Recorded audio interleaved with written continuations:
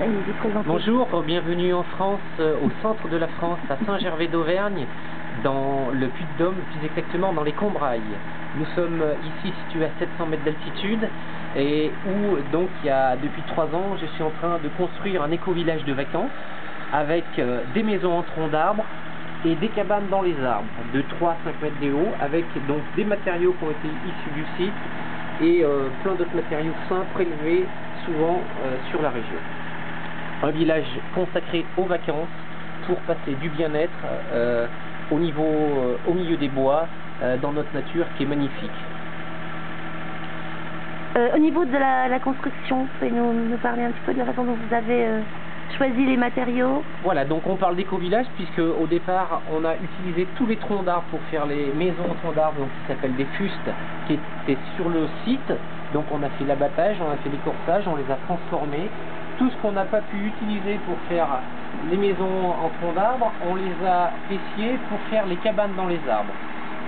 Par la suite, donc on est éco-village parce qu'il y a de l'isolation qui est mise en plafond, en sol ou dans les murs. Donc c'est la laine de mouton qui a été ou traitée au sel de bord, donc qui est conditionnée, ou sortie de tonte brute des élevages locaux. On utilise après des panneaux solaires pour l'eau chaude sanitaire, puisqu'au niveau des fustes, donc on a un minimum de confort. On a de l'eau, d'électricité, avec 2 chambres, un petit coin salle de bain, on a un petit coin cuisine. Donc les gens sont autonomes, peuvent se débrouiller. On a 42-45 mètres carrés de surface habitable pour 5-6 personnes avec une terrasse. Donc les gens sont complètement autonomes là-dessus. Après on part sur un autre principe, donc c'est la cabane perchée où il y a plus de locations qui sont demandées à la nuit. On a des cabanes de 3 à 10 mètres de haut avec des accès complètement différents. Tous les matériaux donc sont issus du site également. On a fait des accès qui sont en bois, en troncs bruts où les marches sont taillées dedans, ou en troncs qui sont posés au sol et coupés tous les 20 cm.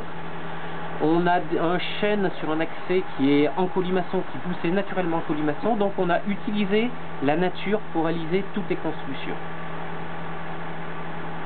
On aura après également, donc, comme on dit village, on a différentes constructions. On a une taverne qui est plus ou moins centrée, où il y aura la salle d'accueil. On proposera de la table d'hôte et du panier pique-nique pour les gens des cabanes. Et on aura également un débit de boisson pour donc rester dans l'esprit le village de vacances entre guillemets gaulois, puisque l'idée part un peu d'Obélix Astérix, où on retrouve les pieux en clôture.